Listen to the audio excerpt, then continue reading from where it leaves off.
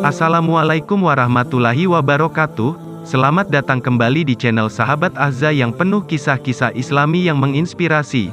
Kali ini akan dibacakan kisah Mus'ab bin Umair, sahabat Nabi paling ganteng dan duta Islam pertama.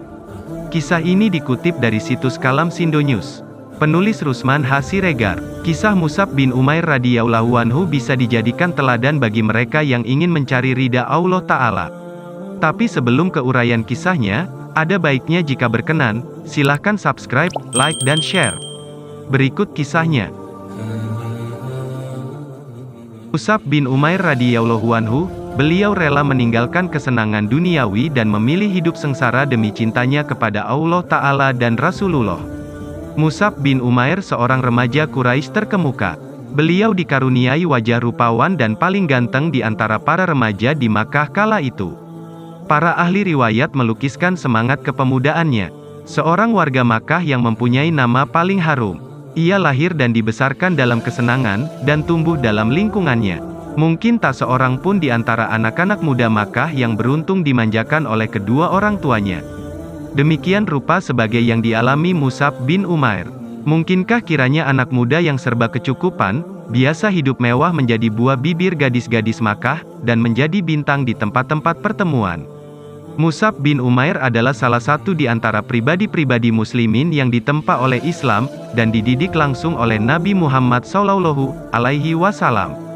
Kisah hidupnya menjadi kebanggaan dan tidak dilupakan dalam sejarah Islam. Suatu hari anak muda ini mendengar berita yang tersebar luas di kalangan warga Makkah mengenai Muhammad Al-Amin.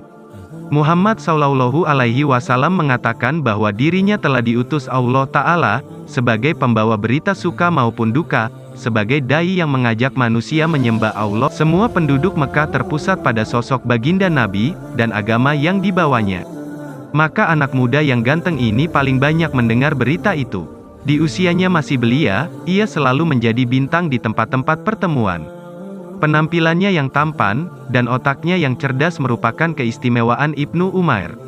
Mus'ab mendengar bahwa Rasulullah bersama pengikutnya biasa mengadakan pertemuan di suatu tempat yang jauh dari gangguan kaum musyrikin Quraisy di Bukit Safa, yaitu di rumah Arkam bin Abil Arkam.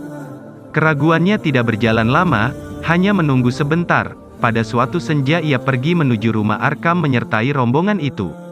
Di rumah itu, Rasulullah sedang berkumpul dengan para sahabat setianya, tempat mengajarkannya ayat-ayat Al-Quran dan mengajarkan salat. Ketika Mus'ab mengambil tempat duduknya, ayat-ayat Al-Quran mulai bergema dari lisan Rasulullah yang mulia. Di senja itu Mus'ab pun terpesona oleh untaian kalimat indah Rasulullah yang tepat mengenai kalbunya. Hampir saja anak muda itu terangkat dari tempat duduknya karena rasa haru, dan serasa terbang karena gembira. Tetapi Rasulullah mengulurkan tangannya yang penuh berkah dan kasih sayang dan mengurut dada pemuda yang sedang panas bergejolak. Hingga tiba-tiba menjadi sebuah lubuk hati yang tenang dan damai, tak ubah bagai lautan yang teduh dan dalam. Pemuda yang telah Islam itu nampak telah memiliki ilmu dan hikmah yang luas berlipat ganda dari ukuran usianya. Ia mempunyai kepekatan hati yang mampu merubah jalan sejarah. Tetapi di kota Makkah tidak ada rahasia yang tersembunyi. Mata kaum Quraisy berkeliaran di mana-mana mengikuti setiap langkah dan menyelusuri setiap jejak. Kebetulan seorang yang bernama Utsman bin Talha melihat Mus'ab memasuki rumah Arkam secara sembunyi. Kemudian pada hari yang lain dilihatnya pula ia salat seperti Nabi Muhammad. Secepat kilat ia melaporkan kejadian itu kepada ibu Mus'ab. Berdirilah Mus'ab di hadapan ibu dan keluarganya serta para pembesar Makkah di rumahnya. Dengan hati yang yakin, Mus'ab membacakan ayat-ayat Al-Quran yang disampaikan Rasulullah. Ketika sang ibu hendak membungkam mulut putranya dengan tamparan keras, tiba-tiba tangan yang terulur itu jatuh terkulai. Karena jiwa keibuannya, ibunda Mus'ab terhindar memukul dan menyakiti putranya, tetapi tak dapat menahan diri dari tuntutan bela berhala-berhalanya dengan jalan lain. Akhirnya Mus'ab dibawa ke suatu tempat terpencil di rumahnya, lalu dikurung dan dipenjarakan. Mus'ab pun terkurung di ruang yang tertutup hingga suatu hari ia mendengar kaum muslimin hendak hijrah ke Habsyi, Ethiopia. Ia pun mencari cara dan muslihat dan akhirnya berhasil mengelabui ibu dan penjaganya, lalu pergi ke Habsyi menyelamatkan diri. Ia tinggal di sana bersama saudara-saudara kaum Muhajirin, lalu pulang ke Makkah. Kemudian ia pergi lagi hijrah kedua kalinya bersama para sahabat atas pesan Rasulullah karena taat kepadanya. Baik di Habsyi ataupun di Makkah, ujian dan penderitaan yang harus dilalui Mus'ab di tiap saat kian meningkat.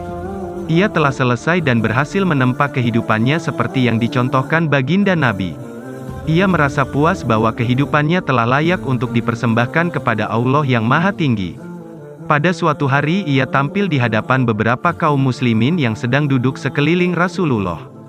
Demi memandang Mus'ab, mereka sama menundukkan kepala dan memejamkan mata, sementara beberapa orang matanya basah karena duka. Mereka melihat Mus'ab memakai jubah usang yang penuh dengan tambalan.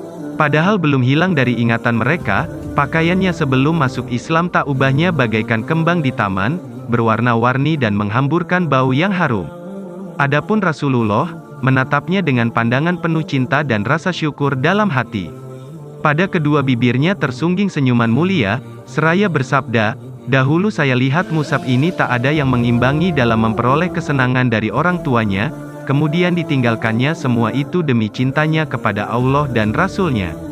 Semenjak ibunya putus asa untuk mengembalikan Mus'ab kepada agama yang lama, ia telah menghentikan segala pemberian yang biasa dilimpahkan kepadanya, bahkan ia tak sudi nasinya dimakan orang yang telah mengingkari berhala dan patut peroleh kutukan daripadanya, walau anak kandungnya sendiri."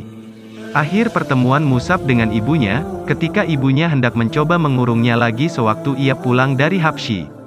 Ia pun bersumpah dan menyatakan tekadnya untuk membunuh orang-orang suruhan ibunya jika rencana itu dilakukan. Karena sang ibu mengetahui kebulatan tekad putranya yang telah mengambil satu keputusan, tak ada jalan lain baginya kecuali melepasnya dengan cucuran air mata, sementara Mus'ab mengucapkan selamat berpisah dengan derayan air mata.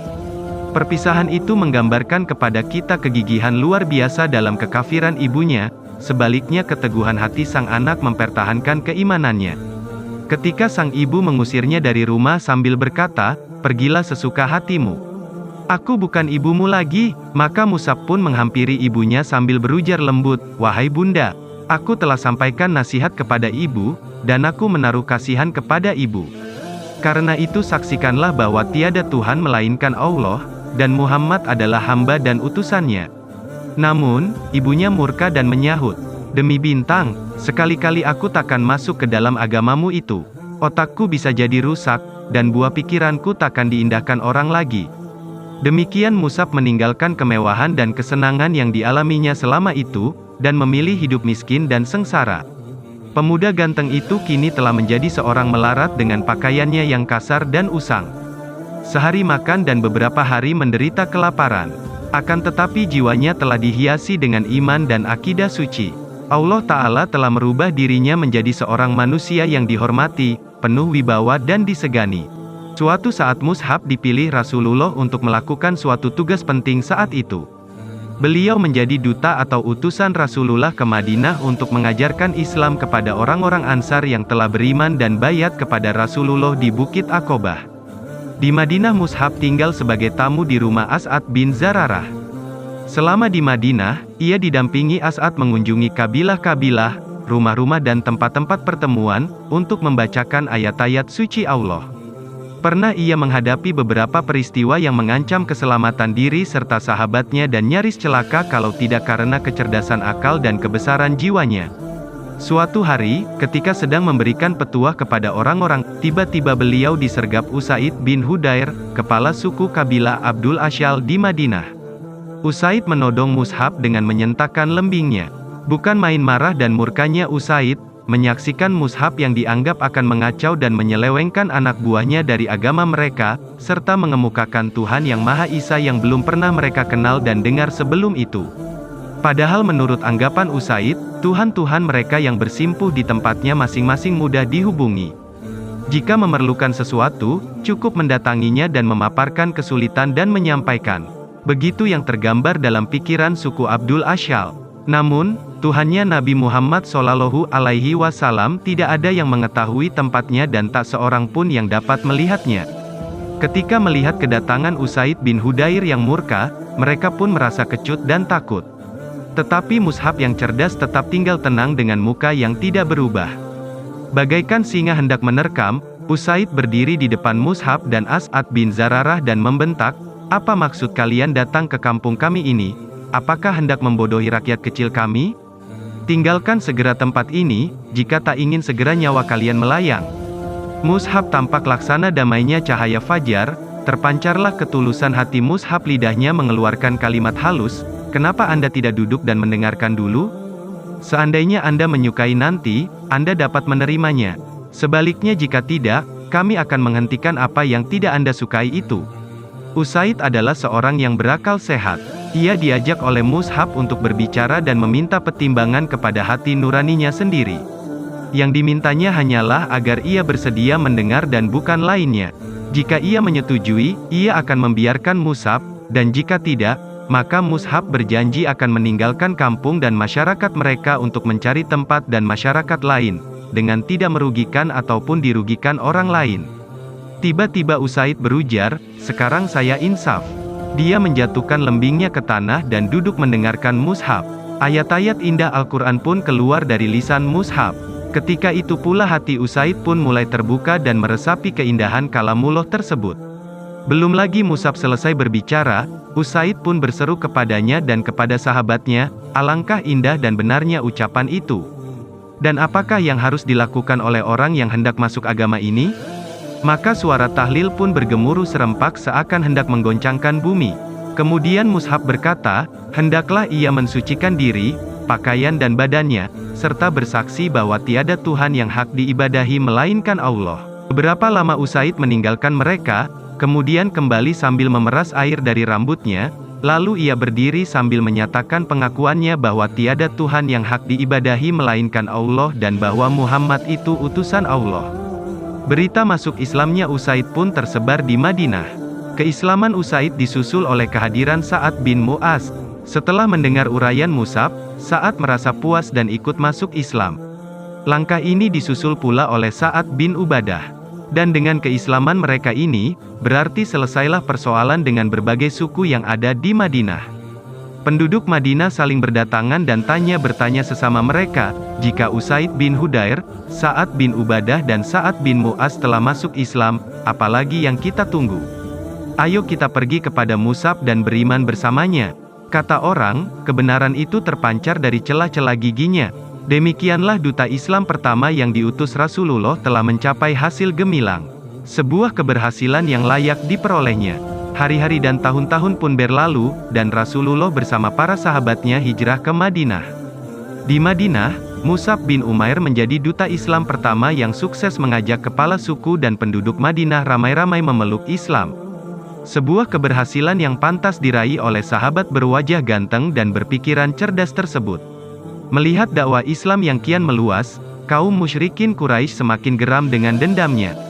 Mereka tak hentinya melakukan kekerasan terhadap kaum muslimin. Puncaknya terjadilah perang Badar dan kaum Quraisy menerima kekalahan pahit. Beberapa waktu kemudian kaum muslimin dihadapkan dengan perang Uhud, perang yang disebut sebagai aksi balas dendam kaum musyrikin Quraisy. Kaum muslimin pun bersiap mengatur barisan. Rasulullah berdiri di tengah barisan menatap setiap wajah orang beriman untuk diberikan amanah membawa bendera di perang Uhud. Maka terpanggillah Mus'ab bin Umair. Beliau dipercaya Nabi sebagai pembawa bendera. Peperangan pun berkobar dengan sengitnya. Saat pasukan pemanah turun dari atas bukit meninggalkan tempatnya, pasukan muslim mengalami tekanan dan terpaksa mundur akibat serangan pasukan berkuda kafir Quraisy. Pasukan pemanah melanggar peraturan Rasulullah karena meninggalkan kedudukannya di celah bukit. Perang Uhud yang awalnya dikuasai kaum muslimin berubah menjadi kekalahan menyakitkan. Sayyidina Hamzah radhiyallahu anhu gugur syahid dalam perang itu. Melihat barisan kaum muslimin porak-poranda, kaum musyrikin bermaksud menyerang Rasulullah. Melihat situasi itu, Mus'ab bin Umair mengacungkannya bendera setinggi-tingginya dan bagaikan aungan singa ia bertakbir sekeras-kerasnya. Beliau maju ke tengah-tengah barisan musuh, melompat, mengelak dan berputar lalu menerkam. Mus'ab bermaksud menarik perhatian musuh kepadanya dan melupakan Rasulullah. Meski seorang diri, Mus'ab bertempur laksana pasukan tentara besar. Sebelah tangannya memegang bendera, sebelah lagi menebaskan pedang ke arah musuh. Tetapi jumlah musuh kian bertambah. Berkata Ibnu Sa'ad, diceritakan kepada kami oleh Ibrahim bin Muhammad bin Syurahbil al-Abdari dari bapaknya, ia berkata, Mus'ab bin Umair adalah pembawa bendera di perang Uhud. Tatkala barisan kaum muslimin pecah, Mus'ab bertahan pada kedudukannya. Datanglah seorang musuh berkuda, Ibnu Kumayyah namanya, lalu menebas tangannya hingga putus. Sementara Mus'ab mengucapkan, Muhammad itu tiada lain hanyalah seorang rasul, yang sebelumnya telah didahului oleh beberapa rasul. Maka dipegangnya bendera dengan tangan kirinya sambil membungkuk melindunginya. Musuh pun menebas tangan kirinya itu hingga terputus. Mus'ab membungkuk ke arah bendera, lalu dengan kedua pangkal lengan meraihnya ke dada sambil mengucapkan, Muhammad itu tiada lain hanyalah seorang rasul, dan sebelumnya telah didahului oleh beberapa rasul. Lalu pasukan berkuda itu menyerangnya ketiga kali dengan tombak, dan menusukkannya hingga tombak itu pun patah. Mus'ab pun gugur dan bendera terjatuh. Mus'ab wafat sebagai bintang dan mahkota para syuhada. Setelah pertempuran usai, ditemukanlah jasad Mus'ab terbaring dengan wajah menelungkup ke tanah digenangi darahnya seolah-olah tubuh yang telah kaku itu masih takut menyaksikan bila Rasulullah ditimpa bencana, maka disembunyikannya wajahnya agar tidak melihat peristiwa yang dikhawatirkan itu. Berkata Haba Ibnul Urat, kami hijrah di jalan Allah bersama Rasulullah dengan mengharap keridaannya, hingga pastilah sudah pahala di sisi Allah. Di antara kami ada yang telah berlalu sebelum menikmati pahalanya di dunia ini sedikit pun juga. Di antaranya ialah Mus'ab bin Umair yang syahid di perang Uhud. Tak sehelai kain pun menutupi tubuhnya yang mulia selain sehelai burdah. Andai ditaruh di atas kepalanya, terbukalah kedua belah kakinya. Sebaliknya bila ditutupkan ke kakinya, terbukalah kepalanya. Maka Rasulullah bersabda, tutupkanlah ke bagian kepalanya, dan kakinya tutupilah dengan rumput ishir. Rasulullah berhenti sejenak di dekat jasad Mus'ab. Beliau berdiri di depan jasad Mus'ab dengan pandangan mata penuh kasih sayang seraya bersabda, ketika di Makkah dulu, tak seorang pun aku lihat yang lebih halus pakaiannya dan lebih rapi rambutnya daripadamu. Tetapi sekarang ini, dengan rambutmu yang kusut hanya dibalut sehelai burdah. Rasulullah juga berseru, sungguh, aku akan menjadi saksi nanti di hari kiamat, bahwa tuan-tuan semua adalah syuhada di sisi Allah. Kemudian sambil berpaling ke arah sahabat yang masih hidup, hai manusia, berziarahlah dan berkunjunglah kepada mereka, serta ucapkanlah salam.